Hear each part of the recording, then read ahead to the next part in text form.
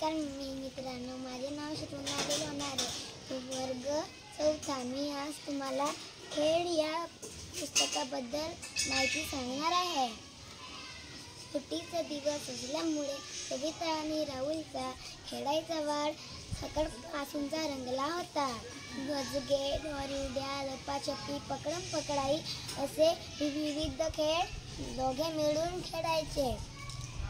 जिबल्या खेळून झाल्यानंतर दोघांनी विट्टू दांडू खेळला. त्यानंतर दोघांनी मिळून क्रिकेट खेळायचं ठरवलं.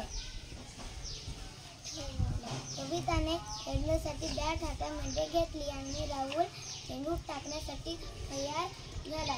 तसा राहुलने चेंडू फेकला तसा कविताने बॅटने हवेत मारला. जोरात मारल्यामुळे चेंडू अजराईच्या घरामध्ये जाऊन पडला. कविता आणि राहुल चेंडूच्या दिशेने झाले. चेंडू ज्या घरामध्ये पडला होता ते घर बंद होते. घर बंद असल्यामुळे कविता आणि राहुलचा खेळ थांबला. एवढी म्हणून नमस्कार मित्रांनो, माझे नाव आहे श्रुती सुनील फिडा.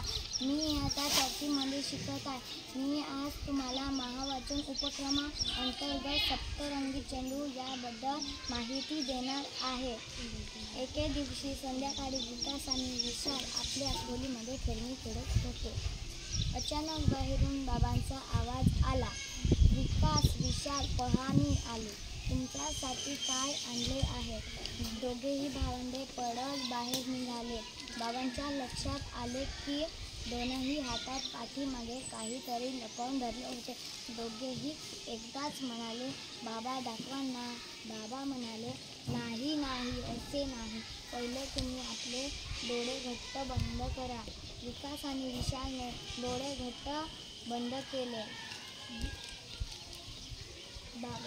बाबा म्हणाले, आता डोळे खोला. बाबांच्या हातात एक मोठा सप्तरंगी चेंडू होता. धन्यवाद.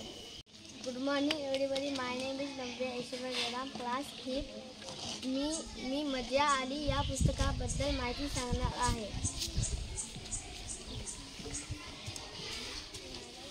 तोशिया आणि मीराला एक झाड खूप आवडत होता. त्या दोघी रोज खेळायला जायच्या. झाडावर चिमणी आणि अळी राहत होती. त्यांना खूप मजा वाटत होती. एखादा जोराचा वारा आला. झाड डावीकडे उजवीकडे डोलू लागले.